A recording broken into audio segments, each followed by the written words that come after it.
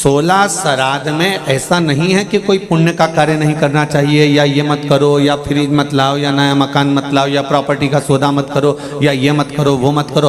अगर कोई महाराज जी आपको मना कर रहे हैं और कह रहे हैं कि श्राद्ध पक्ष में ये नहीं करना चाहिए, वो नहीं करना चाहिए, तो उनको समझा दो, अगर पितृ हमारे पूर्वज हैं, अगर हमने कोई सौदा करा है, हम कोई सामग्री लेकर आए हैं, कोई पुण्य का कार्य कर रहे हैं, कोई अच्छा कार्य कर रहे हैं और हमारे पितृ हैं, तो ये निश्चित है कि 16 श्राद्ध में हम कोई कार्य करेंगे तो हमारे पूर्वज बड़े खुश होकर हमको आशीर्वाद प्रदान करेंगे।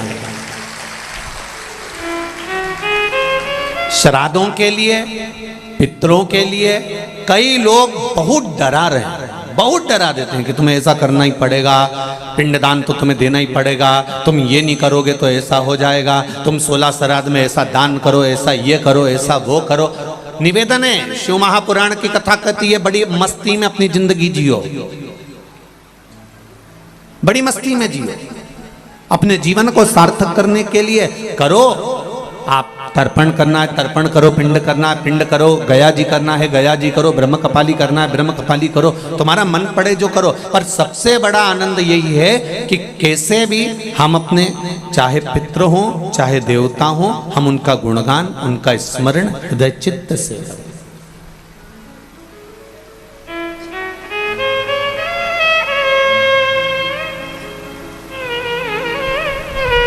खूब करो।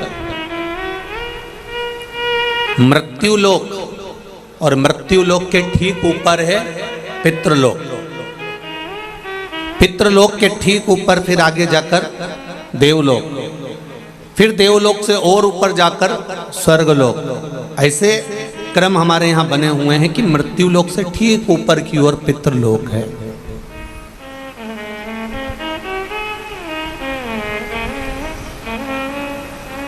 स्वयं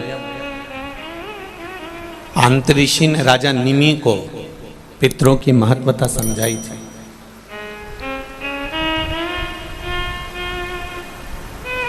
और शिव महापुराण का श्री बालाजी, श्री हनुमान जी, श्री हनुमत शिव महापुराण की जो कथा 5 दिवसीय चल रही है, इसमें एक स्मरण करिएगा।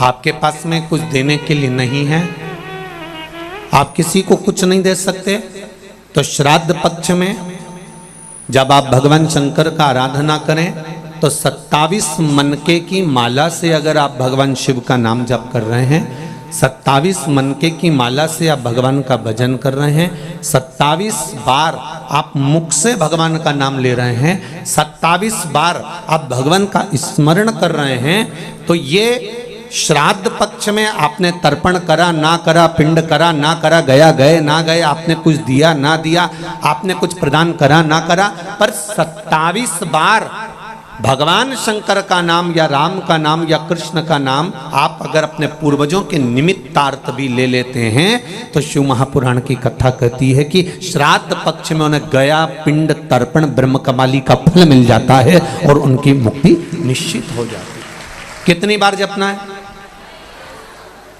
केवल 27, केवल 27, उससे ज्यादा कुछ।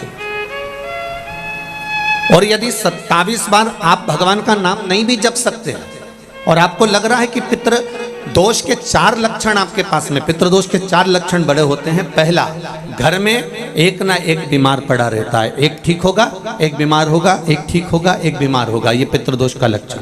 दूसरा, 1 रुपये कमाया, 1.25 रुपये खर्च हो रहा है, कहीं ना कहीं पैसा आके रखाता है और 2-3 दिन में पैसा चले जाता है, साथ में रखा हुआ भी धन जा रहा है, पितृदोष का लक्षण है। तीसरा, घर में जितने सदस्य हैं आपस में किसी ना किसी बात के पीछे उनमें क्लेश बना रहता है, मन मुटाव बना रहता है, थोड़ी थोड़ी बात में कुछ ना कुछ क्लेश हो जाता है। 5वां, घर के बच्चे चिड़चिड़ प्रवृत्ति के होते जा रहे हैं, तो ये 4 लक्षण पितृदोष के बताए हैं। इन पितृदोष का निवारण आप गया जी चले जाएं, ब्रह्म कपाली करा लें, या तर्पण दे दें या पिंड दे दें, उससे अधिक फल शिव महापुराण की कथा कहती है। आप शंकर भगवान के मंदिर में जब 1 लोटा जल लेकर जाते हैं, शिव जी को 1 लोटा जल जब समर्पित करते हैं, तो उस जल को धीरे धीरे 27 बार आप पंचाक्षर मंत्र, षडाक्षर मंत्र या श्री शिवाय नमस्तुभ्यम बोलकर अपने पूर्वजों का स्मरण कर जो 16 दिन उस एक ही कलश, बार बार 27 बार कलश नहीं भरना है। जो लोटा भरकर लेकर गए हो, कलश भरकर लेकर गए हो, उसी को 27 बार आपको केवल शिव जी पर गिराना है। जो 27 बार जल एक ही कलश का समर्पित कर देता है, उसके पूर्वजों को तुरंत मुक्ति फल प्राप्त हो जाता है। उसको फिर तर्पण आदि की जरूरत नहीं पड़ती। जल तो रोज चढ़ाते हो ना आप लोग, रोज जाते हो ना। सारी समस्या का हल एक लोटा जल। आप अगर शिव जी के मंदिर रोज जा रहे हो, शंकर जी के मंदिर रोज जा रहे हो, प्रतिदिन जल चढ़ाने जा रहे हो, तो थोड़ा सा नियम चेंज करेंगे अपन। 16 दिन अगर हम शंकर भगवान को जल चढ़ा रहे हैं, आप कहेंगे गुरुजी अभी तो हमारे 2-3 दिन निकल गए। कोई बात नहीं, जब जागे तब सवेरा। कोई जरूरी है कि वो पीछे के 2-3 दिन निकल गए तो हम कैसे नहीं। आप कल से प्रारंभ कर दो कि शिव जी के मंदिर में जब जल चढ़ाने जाओ तो जल को 27 बार धीरे धीरे कर कर चढ़ाना प्रारंभ करिए। 16 श्राद्ध पूरे होंगे, नवरात्रि आएगी, दीपावली आएगी, और नवरात्रि से और दिवाली के बीच में आपको खुद ये फल प्राप्त हो जाएगा कि आपने 27 बार जो जल चढ़ाया है उसका फल मिला कि नहीं मिला, आपको मिला कि नहीं मिला, घर में शांति हुई कि नहीं हुई, घर में आनंद आया कि नहीं आया, संपदा बढ़ी कि नहीं बढ़ी, वैभव आया कि नहीं आया। केवल 16 दिन पूर्ण हुए, नवरात्रे और दिवाली के बीच का समय आप अंदाजा लगाकर बैठ जाए।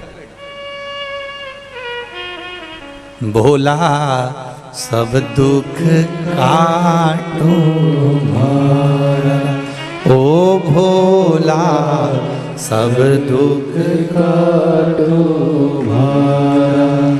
शिव शंकर जपूं तेरी माला, भोले बाबा जपूं तेरी माला।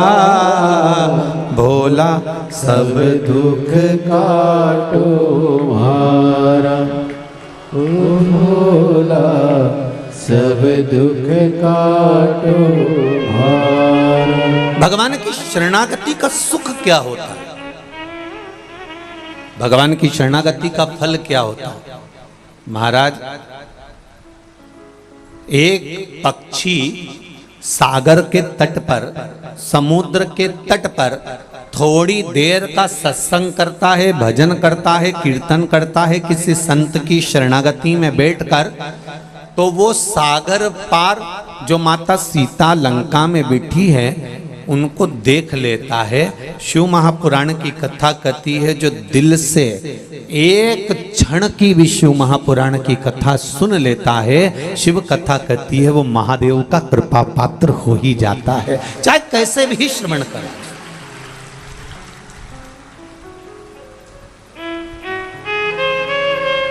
आप दिल से बस उसको स्मरण करो। 27 बार नाम ले लो या 27 बार जल समर्पित कर लो, या 27 मनके की माला से स्मरण कर लो।